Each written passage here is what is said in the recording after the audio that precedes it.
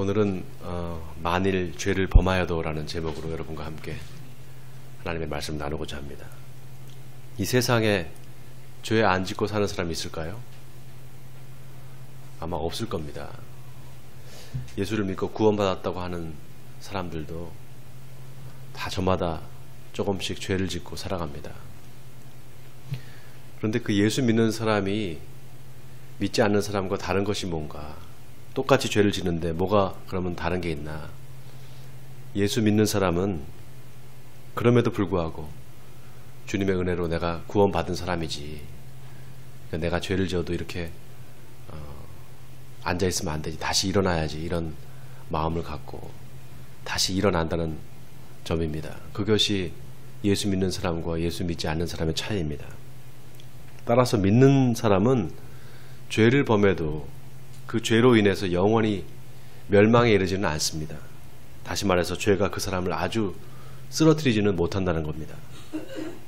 왜냐하면 우리한테는 오늘 요한이 말하듯이 대언자이신 예수 그리스도가 있기 때문입니다. 오늘 본문 1절에 만일 누가 죄를 범하여도 아버지 앞에서 우리에게 대언자가 있으니 곧 의로우신 예수 그리스도시라, 이렇게 말하고 있습니다. 자, 여기 대언자라는 말을 히브리 헬라어 원문을 찾아보면 파라클레토스 이렇게 나와 있습니다. 파라클레토스라는 것은 우리말로 번역을 하면 보혜사, 성령을 이야기하는 것입니다. 요한복음 14장 16절에 보면 예수님께서 내가 아버지께 구하겠으니 그가 또 다른 보혜사를 너희에게 주사 영원토록 너희와 함께 있게 하실 것이다, 이렇게 말씀하십니다. 여기 다른 보혜사를 너희에게 주겠다라고 할 때 이 다른이라는 말이 헬라어로 두 가지 단어가 있습니다. 하나는 헤테로스라는 단어가 있고요, 또 하나는 알로스라는 단어가 있습니다. 헤테로스라는 단어는 두 개가 서로 다른 것을 이야기할 때 이 헤테로스라는 단어를 씁니다. 두 개가 서로 다르다 할 때.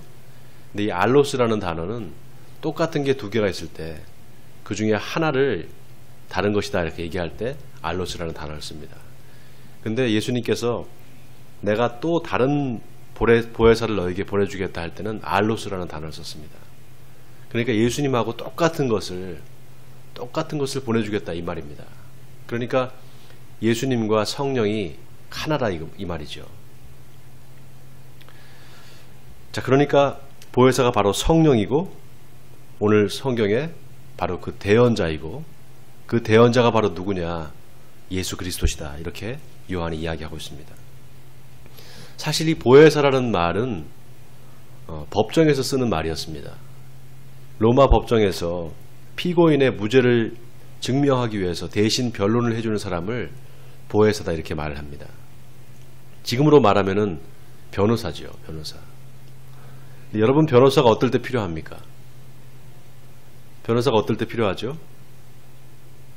여러분이 어떤 잘못을 했거나 또 실수를 했거나 그래서 죄를 짓게 됐을 때 누가 여러분을 고소를 하거나 고발을 하면, 그래서 재판을 받게 되면 그때 변호사가 필요하죠.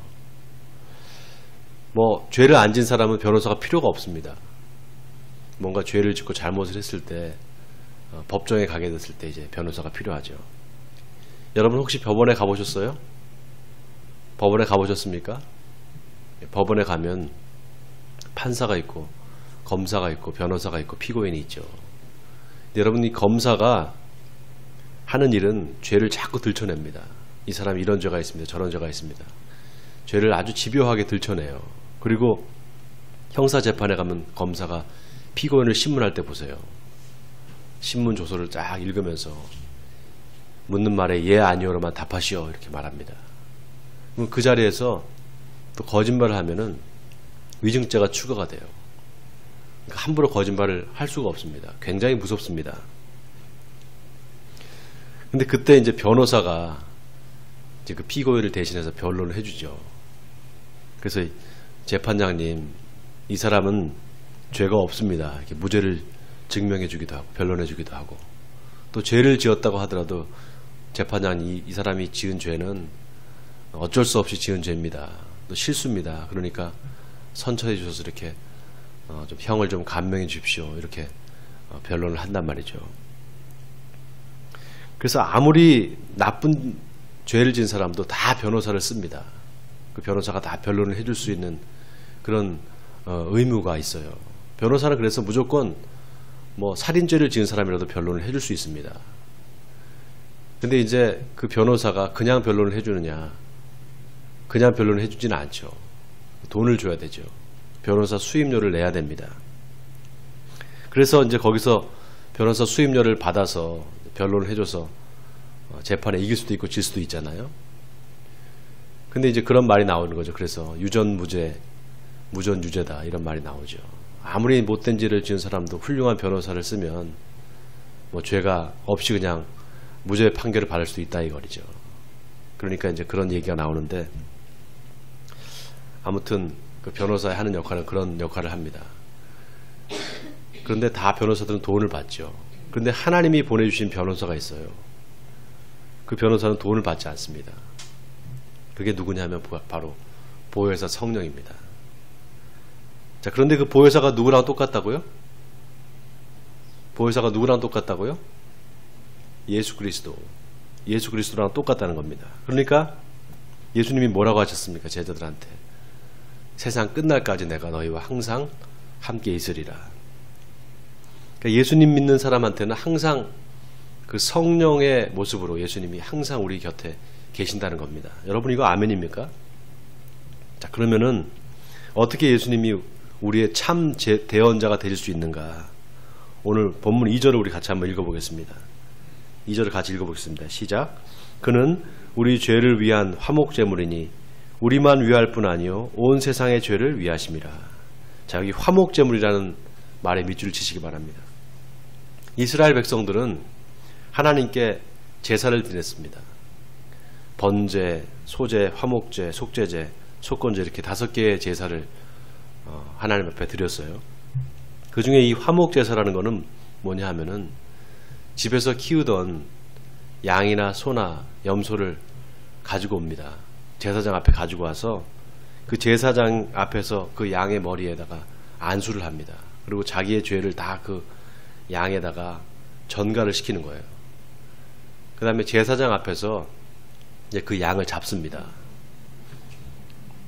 중요한 거는 그 양을 누가 잡느냐, 제사장이 잡는 게 아니라 그 제사를 드리는 사람이 잡는 거예요. 그럼 제사장을 뭘 하는가 하면은 그 잡을 때 피를 받아서 그 양이나 염소나 소의 피를 받아서 제단에다 뿌립니다. 그 역할을 제사장이 하는 거예요. 그리고 다 각을 떠서 이제 껍질을 다 벗기고 뭐 이렇게 사지를 다 절단을 해가지고 그 각을 떠가지고 이제 번제로 하나님 앞에 드린단 말이죠. 그런데 화목제는 다른 게 하나가 있어요. 뭐가 다른가 하면은 화목제는 그 고기를, 제물의 고기를 다 태워서 드리는 것이 아니라 그 일부를 제사장과 제사 드리는 사람이 함께 성막에서 나누어 먹게 돼 있습니다. 그게 다른 번제와 다른 점이에요. 화목제는 같이 먹는 거죠. 자, 그런데 예수님이 그 화목제물이 되셨다는 거예요. 그런데 뭐라고 얘기하는가 하면 이는 우리만 위함이 아니라 온 세상의 죄를 위함이다 이렇게 말했단 말이죠. 여러분, 놀라운 거는 이 화목제사가요 조금 이제 변화가 됩니다. 어떻게 변화가 되는가 하면은 원래는 제사 드리는 사람과 제사장이 함께 둘만 이렇게 먹게 돼 있었어요. 그런데 포로기 이후에 이스라엘 백성들이 바벨론에서 포로 생활하다가 돌아온 이후에는 이제 그 화목제사가 제사 드리는 사람과 제사장만 그 음식을 나눠 먹는 것이 아니라 이웃들을 초청을 합니다. 그래서 같이 나눠 먹었어요. 그러니까 예수님이 우리를 위한 화목 제물이 되셨다는 것은 뭘 의미하는 것인가? 첫 번째는 예수님이 우리를 위해서 우리 죄를 다 뒤집어 쓰고 대신 죽임을 당하셨다 이 말입니다. 두 번째는 그 예수님을 죽인 사람이 누구냐? 바로 저와 여러분이라는 겁니다. 왜냐하면은 제물을 제사장이 잡는 게 아니라 누가 잡는다고요? 제사 드리는 사람이 잡는단 말이죠. 그러니까 예수님이 우리를 위한 제물이 되셨다, 화목 제물이 되셨다면은 누가 그 예수님을 죽인 겁니까? 바로 저와 여러분이 죽인 거예요. 세 번째는 예수님의 희생이 나만 위한 것이 아니라 모든 사람을 위한 거다 이 말입니다. 그러니까 예수 믿는 사람들만을 위한 제물이 되신 것이 아니라 예수 믿지 않는 사람들, 우리 이웃들, 또 불신자들을 위해서, 다 모든 사람을 위해서 화목 제물이 되셨다는 거예요. 왜냐하면 이 화목 제물을 제사장하고 제사 드리는 사람만 먹는 게 아니라 누구랑 같이 먹었다고요? 이웃과 같이 먹었다는 거죠. 그래서 오늘 여기 보면 우리만 위할 뿐 아니라 온 세상의 죄를 위함이다 이렇게 말하고 있습니다. 그 말은 화목 제사에 예수 믿는 사람들만 와서 제사를 드리지 말고 믿지 않는 사람들, 내 이웃들을 초청해서 그 제사를 드리라는 겁니다. 지금으로 말하면 하나님 앞에 예배 드릴 때 예수 믿는 나만 와서 예배 드리는 것이 아니라 믿지 않는 사람들을 초청하라는 거예요. 이 화목 제사가 뭔지를 가장 잘 보여주는 게 뭔가 하면 바로 이 성찬 예식입니다. 성찬 예식. 예수님이 잡히시던 날 밤에 예수님이 떡을 떼서 나눠주시면서 이는 내 살이니 받아 먹으라 이렇게 말씀하시죠. 또 포도주 잔을 돌리시면서 이는 내 언약을 내 피다, 새 언약을 위한 내 피다 이렇게 말씀하신단 말이죠. 근데 왜 이게 화목 제사이냐? 거기 예수님을 판 가룟 유다도 있었어요. 예수님이 함께 식사를 하실 때 예수 믿는 사람만 초청한 게 아니라는 거죠. 모든 사람의 죄를 다 예수님께서 사해 주셨다는 겁니다. 이게. 그래서 우리를만 위할 뿐이 아니라 온 세상의 죄를 위함이다 라는 이 말씀은 예수님의 십자가 죽음이 모든 사람의 죄를 다 사해 주셨다는 겁니다. 자, 그 다음 3절과 4절을 우리 같이 한번 보겠습니다. 3절을 보세요. 우리가 그의 계명을 지키면 이로써 우리가 그를 아는 줄로 알 것이요 그를 아노라 하고 그의 계명을 지키지 아니하는 자는 거짓말하는 자요 진리가 그 속에 있지 아니하되. 자, 여기 그의 계명을 지키면이라고 그랬는데 여기서 그가 누굽니까? 예수님이죠. 예수님. 예수님의 계명이 뭘까요, 여러분? 예수님이 주신 계명, 그게 뭘까요? 서로 사랑하라. 그게 예수님의 계명입니다. 내가 너희를 사랑한 것 같이 너희도 서로 사랑하라. 이게 예수님의 계명이에요. 그렇게 서로 사랑하면 너희가 그걸로 예수를 아는 사람이다 이렇게 인정한다는 거예요. 그럼 사랑하지 않는 사람은 뭡니까? 예수를 모르는 사람이다 이 말이죠. 예수님이 말씀하실 때 자주 말씀하신 게 있었어요. 레위기의 말씀을 인용하신 건데 내 이웃을 내 몸과 같이 사랑하라. 이게 레위기에 나오는 율법입니다. 이게. 이 말씀을 자주 하셨어요. 그런데 내 이웃을 내 몸과 같이 사랑하라 그랬단 말이죠. 그러니까 먼저 이웃을 사랑하려면은 자기 자신을 먼저 사랑해야 돼요. 먼저는. 여러분, 자기 자신을 사랑하지 못하는 사람은 남을 사랑할 수가 없습니다. 먼저 나를 아끼고 사랑하는 사람이 남을 사랑할 수 있어요. 여러분, 이게 자기 연민이나 자기 중심적인 이기적인 사랑 이런 걸 얘기하는 게 아닙니다. 자기를 사랑하는 거는 자기가 어떤 사람인가를 알으라는 거예요. 자기가 어떤 사람인지를. 내가 어떤 사람인지를 알아야 나를 사랑할 수 있겠죠. 내가 어떤 사람인지도 모르는데 사랑할 수가 없잖아요. 근데 여러분, 우리가 우리 자신을 잘 아는 것 같죠. 내가 내 자신을 잘 알 것 같잖아요. 근데 그렇지 않아요, 사실은. 내가 나를 잘 모릅니다. 한 가지 예를 들어볼까요? 여러분, 술 먹으면 이상하게 변하는 사람 있잖아요. 술만 먹으면 이상하게 변하는 사람. 술 안 먹었을 때는 괜찮은데 술만 먹으면 이상하게 변하는 사람이 있어요. 또 평소에는 참 괜찮은 사람인데 운전대만 잡으면 괴팍해지는 사람이 있죠. 그런 사람 보셨어요? 운전대만 잡으면 괴팍해지는 사람. 자, 그러면은 술 먹었을 때는 변하고 술 안 먹었을 때 괜찮은 사람이면 그 술 먹을 때 그 사람의 모습과 그 술 안 먹었을 때 그 사람의 모습 중에 어떤 게 그 사람의 진짜 모습일까요? 예? 술을 안 먹었을 때 모습이 진짜 모습일까요? 술을 먹고 이상하게 변했을 때 모습이 그 사람의 진짜 모습일까요? 둘 다 그 사람의 모습이에요. 둘 다. 잠재되어 있던 모습이 드러난 거죠. 잠재되어 있던 게. 그러니까 혼자 있을 때 나는 어떤 사람인가 한번 생각해 봐야 됩니다. 혼자 있을 때 나는 어떤 사람인가. 내가 내 자신을 잘 몰라요. 어떻게 될지 모른다는 거죠. 내 자신을. 여러분은 어떤 사람입니까? 나는 어떤 사람입니까? 나는 누군가? 나는 어떤 사람인가? 한번 자기 자신을 가만히 들여다보시기 바랍니다. 제가 요즘 읽고 있는 책들이 있어요. 심리학에 관련된 책들입니다. 뭐 심리학 제가 전공하진 않았는데 이제 제 아내가 사모가 심리학 전공을 해서 대학원을 다닐 때 제가 리포트를 대신 써주느라고 심리학 책을 많이 읽게 됐어요. 요즘에 와서 다시 그 심리학 책을 보게 되는데 왜 읽느냐 하면은 요즘에 여러분 교회 다니는 사람들도 마찬가지, 세상 사람들도 마찬가지지만 이 정신적으로 좀 병이 있는 사람들이 많아요. 우울증에 걸린 사람들.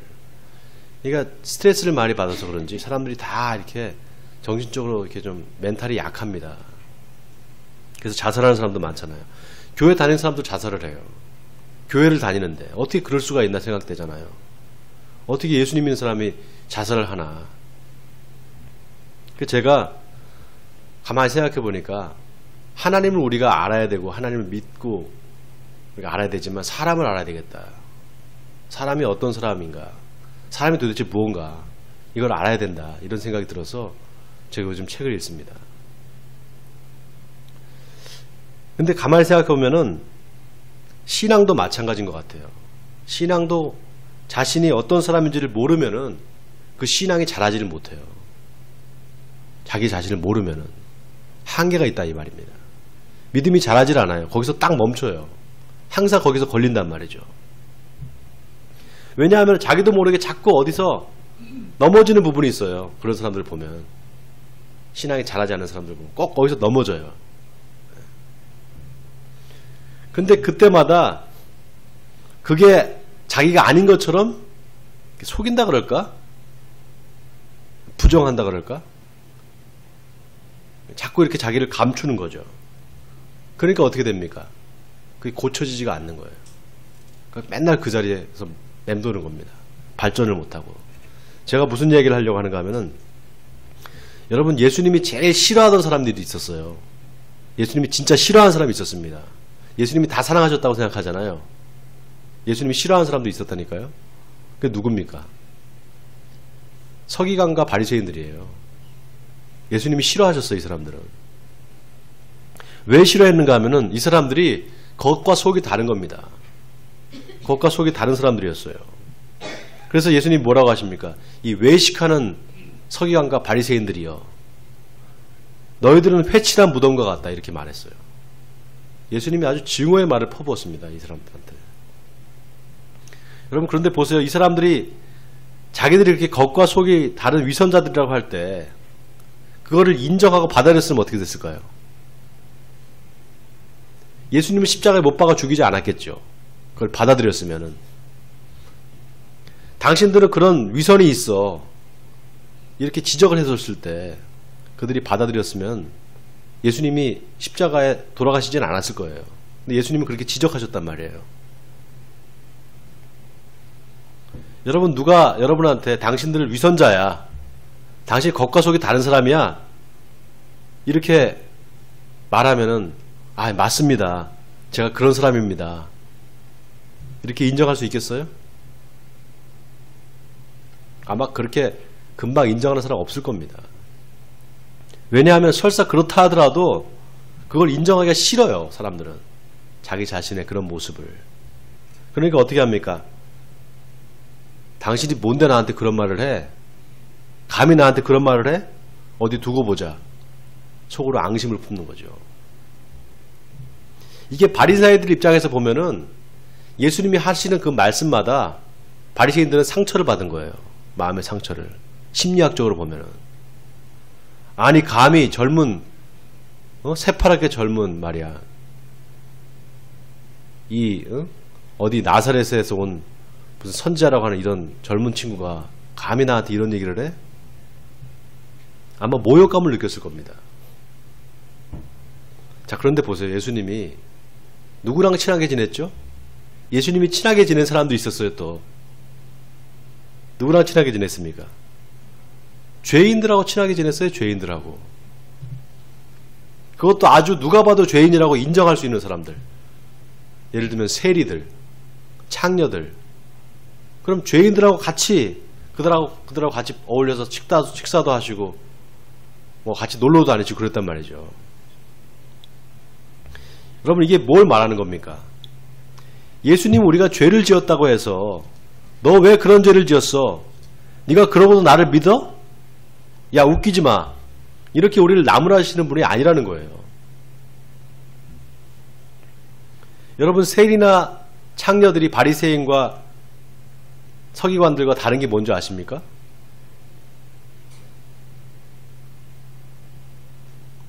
자기가 죄인이라는 사실을 인정하고 받아들인 겁니다. 이게 다른 점이에요. 바리새인과 서기관들 그걸 인정하지 않았어요.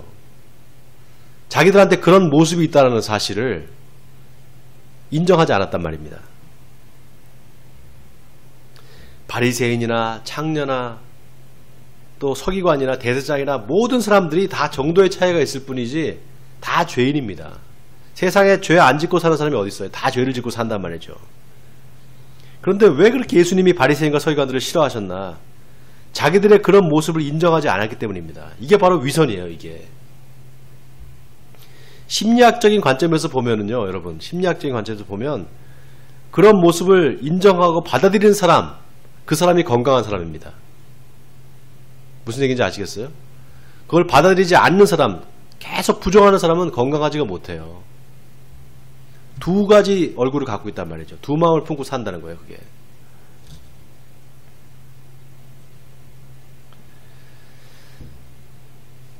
그런 사람들은 다른 말로 표현하면은 자기 자신을 사랑하지 않는 겁니다.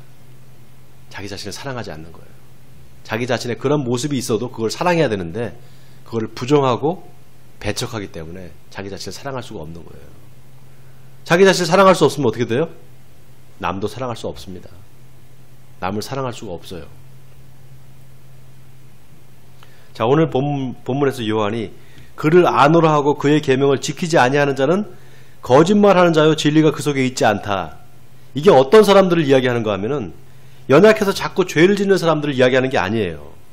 또 믿는다 그러면서 행위가 온전하지 않은 사람들, 행위가 따라주지 않은 사람들, 그런 사람들을 이야기하는 게 아닙니다. 겉과 속이 다른 사람들을 이야기하는 거예요. 겉과 속이 다른 사람들. 그를 아노라 하고 그의 계명을 지키지 않는 자들, 이들 거짓말하는 자들, 그 사람들한테 진리가 없다는데 그 사람들이 어떤 사람들인가? 바로 이 위선자들, 겉과 속이 다른 사람들을 이야기하는 겁니다. 심리학적으로 말하면 자기 자신의 그런 면을 인정하지 않고 자꾸 감추는 사람, 그런 사람한테는 진리가 그 속에 거하지 않는다, 이 말입니다. 여러분, 오늘 설교 제목이 뭡니까? 만일 죄를 범하여도, 만일 죄를 범하여도죠. 만일 죄를 범해도 예수님이 용서해 주신다는 얘기예요. 이 말은. 네, 만일 죄를 범해도 우리한테 대언자가 있다 그랬잖아요. 예수 그리스도가 있다. 그분이 변호를 해주는 거예요. 하나님의 재판장 앞에 섰을 때 우리를 끝까지 변호해 주실 겁니다. 그분은 돈을 받지도 않아요.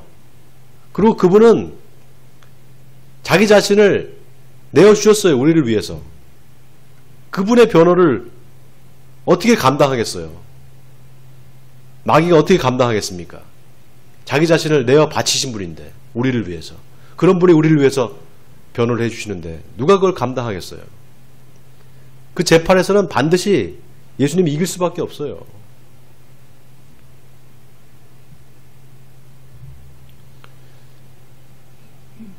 자, 그런데 보세요. 죄를 범해서도 다 예수님이 용서해 주시는데 문제는 뭐냐면 자기 자신을 용서하지 못하는 사람이 있어요.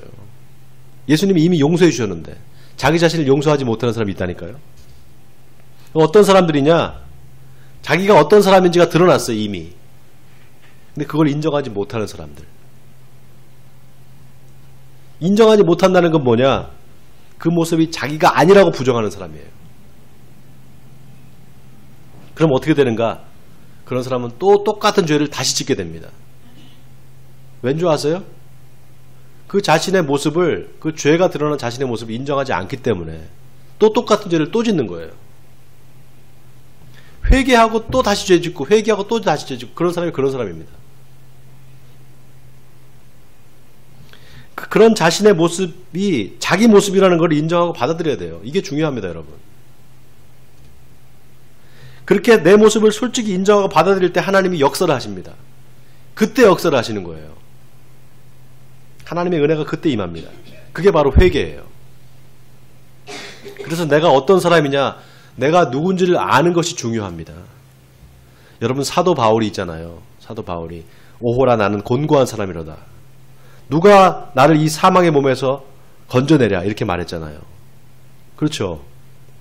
왜 그런 고백을 했을까요, 여러분? 자기가 어떤 사람인지 이제 알았다는 겁니다. 사도 바울이.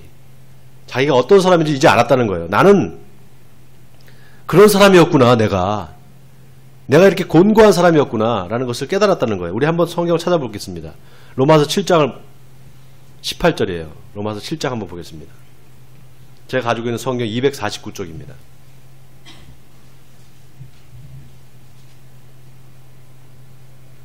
로마서 7장 18절을 보세요.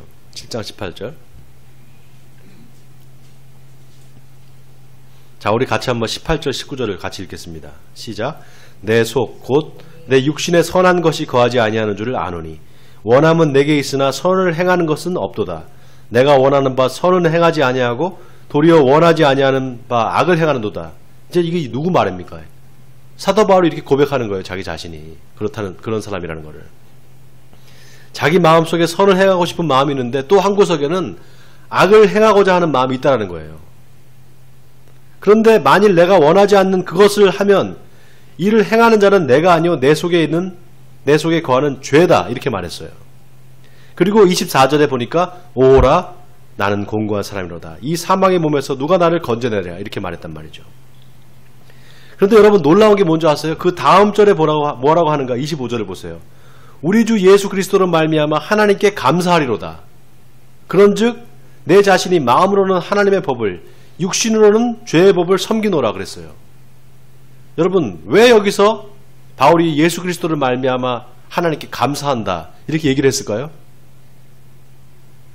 자기 안에 두 마음이 있구나. 선을 행하는 마음도 있고 죄를 행하고 싶은 마음도 있는데 이 두 마음이 있다는 것을 알았는데 그게 뭘 감사할 일이에요? 왜 그게 감사할 일입니까? 내가 그런 인간이구나 라는 것을 깨닫고 보니까 이제 그걸 인정하고 보니까 뭐가 보이는가? 그렇게 죄짓고 싶은 마음이 있는 나를 그 나를 예수님이 사랑하셨구나. 그 나를 사랑하시고 나를 위해서 죽으셨구나. 그걸 깨닫게 된 겁니다. 사도 바울이 그걸 깨달은 거예요. 그래서 보세요. 그 다음 8장 1절에 뭐라고 하는지 보세요. 8장 1절 우리 같이 한번 또 읽겠습니다. 시작. 그러므로 이제 그리스도 예수 안에 있는 자에게는 결코 정죄함이 없나니 이는 그리스도 예수 안에 있는 생명의 성령의 법이 죄와 사망의 법에서 너를 해방하였습니다. 여러분 이게 남이 나를 정죄할 수 있느냐? 그럴 수 없다. 왜냐하면 나는 구원받은 사람이니까. 그런 뜻이라고 생각하시죠? 그런 뜻이 아닙니다. 내가 내 자신을 정죄하는 걸 이야기하는 거예요. 그러니까 그런 죄 짓고 싶은 나를 내가 정죄할 수 있느냐? 그럴 수 없다는 겁니다. 왜냐? 예수님이 그런 나를 위해서 십자가에 돌아가셨기 때문에. 그렇기 때문에 내가 나를 정죄할 수 없다는 얘기예요. 여러분 남을 정죄하고 판단하는 거 이거 나쁜 거잖아요. 예수님이 그러셨잖아요.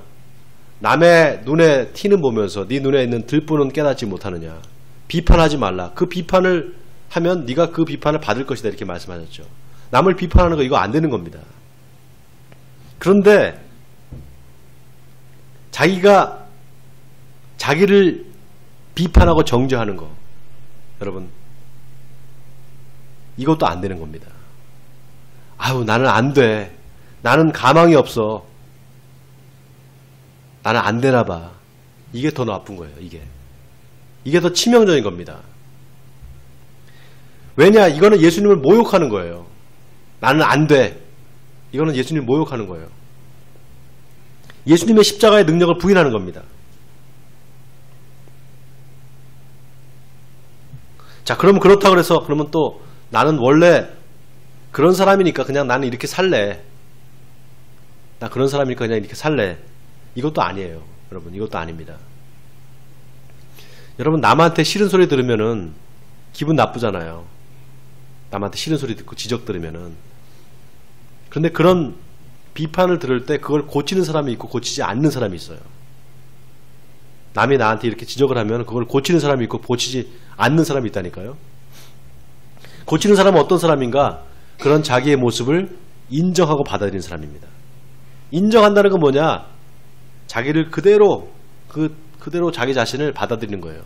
내가 이런 면이 있구나라는 것을 받아들이는 겁니다. 여러분 이거 쉬울 것 같죠? 이게 어렵습니다. 굉장히 어려워요. 왜 어렵는가? 자기가 어떤 사람인가 자기 자신을 자기가 모르기 때문에 인정할 수가 없게 돼요. 무슨 얘기인지 아시겠어요? 자기가 그런 사람이라는 사실을 자기가 알아야지 그게 인정이 되잖아요. 근데 그런 사실은 몰라요. 정확하게 인정한다는 거는 자기가 알아야지만 인정할 수 있어요. 이해가 돼야지 인정이 되잖아요. 근데 사람들은 대부분 그걸 인정하지 못해요. 왜냐하면 모르기 때문에. 이게 예민하죠. 이 부분이. 우리가 어떤 사람의 인격이 좋다 나쁘다 이렇게 얘기를 하죠.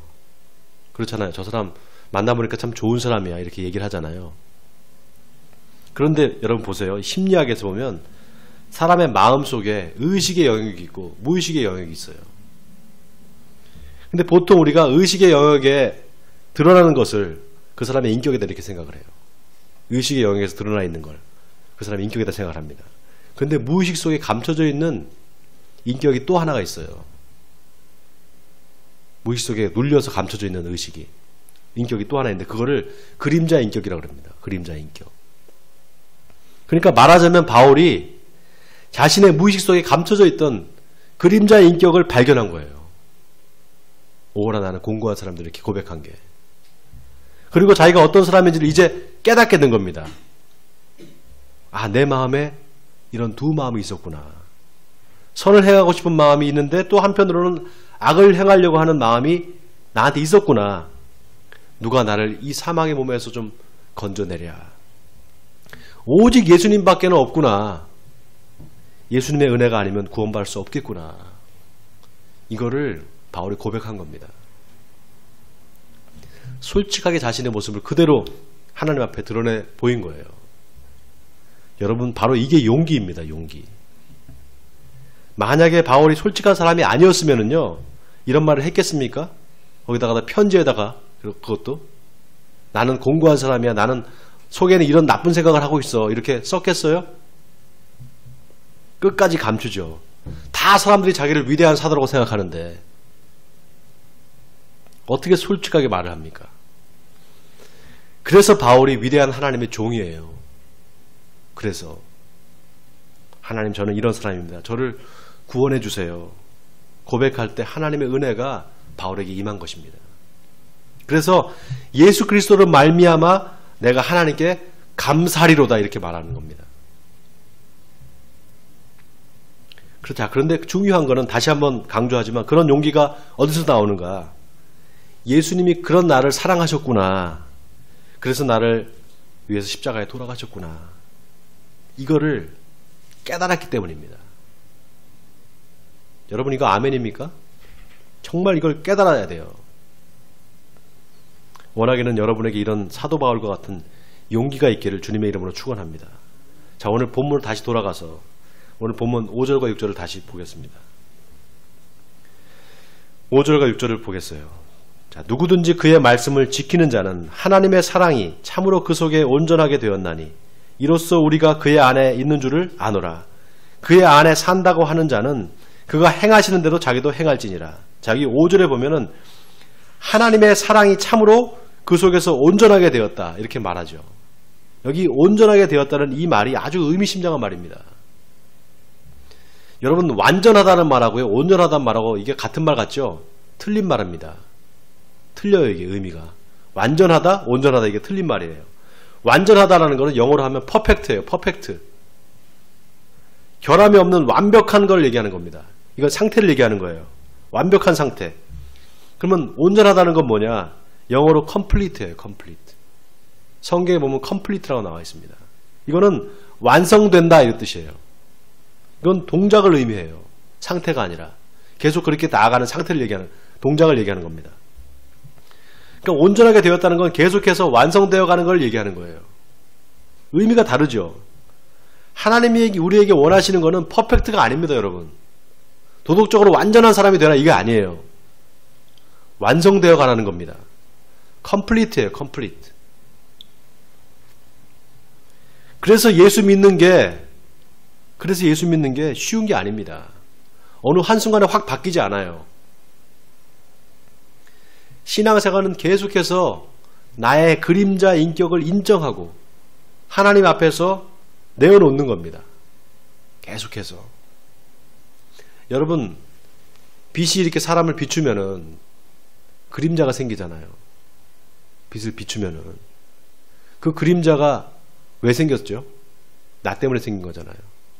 그 그림자도 나의 일부입니다. 그림자도 나의 일부예요. 나의 어두운 면, 나의 무의식 속에 있는 그 그림자 인격, 그것도 나예요, 나. 여러분, 예수님이 누구든지 나를 따르려거든 자기를 부인하고 자기 십자가를 지고 나를 따를 것이니라 이렇게 말씀하잖아요. 여러분, 이거 기억하시죠? 이 말씀 아주 굉장히 중요한 말씀입니다. 나를 따르려거든 자기를 부인하고 자기 십자가를 지고 나를 따르라. 근데 그 말이 자기의 그런 모습을 미워하고 증오하고 그래서 내가 아니라고 부정하라는 말이 아닙니다. 그런 말이 아니에요. 오히려 그런 자신의 모습을 하나님 앞에 내어놓고 고침을 받으라 이 말입니다. 이거 아멘입니까, 여러분? 아멘이에요? 오늘 본문을 통해서 요한이 우리에게 던지는 메시지가 그겁니다. 너희가 하나님의 말씀대로 살기가 어려운 거 나도 잘 안다. 그래서 죄를 지을 수가 있다. 그러나 그것 때문에 아주 넘어지지는 않을 것이다. 왜냐? 너희에게 대언자인 예수 그리스도가 있기 때문이다. 그 예수님이 누구신가? 바로 나의 그런 모습이라도 사랑하셔서 내가 그렇게 부족하고 연약하고 죄를 짓는 수 있는, 그리고 죄를 짓고 있는 그런 모습임에도 불구하고 그 나를 위해서 돌아가신 분이다. 십자가를 지신 분이다. 그러니까 너희는 힘을 내라. 그럼 하나님이 도와주실 거야. 이 말입니다. 원하기는 여러분의 삶에 주님의 도우심이 함께 하시길 바랍니다. 그래서 주님이 주시는 은혜를 힘입고 살아가신 여러분 되시기를 예수님의 이름으로 간절히 축원드립니다.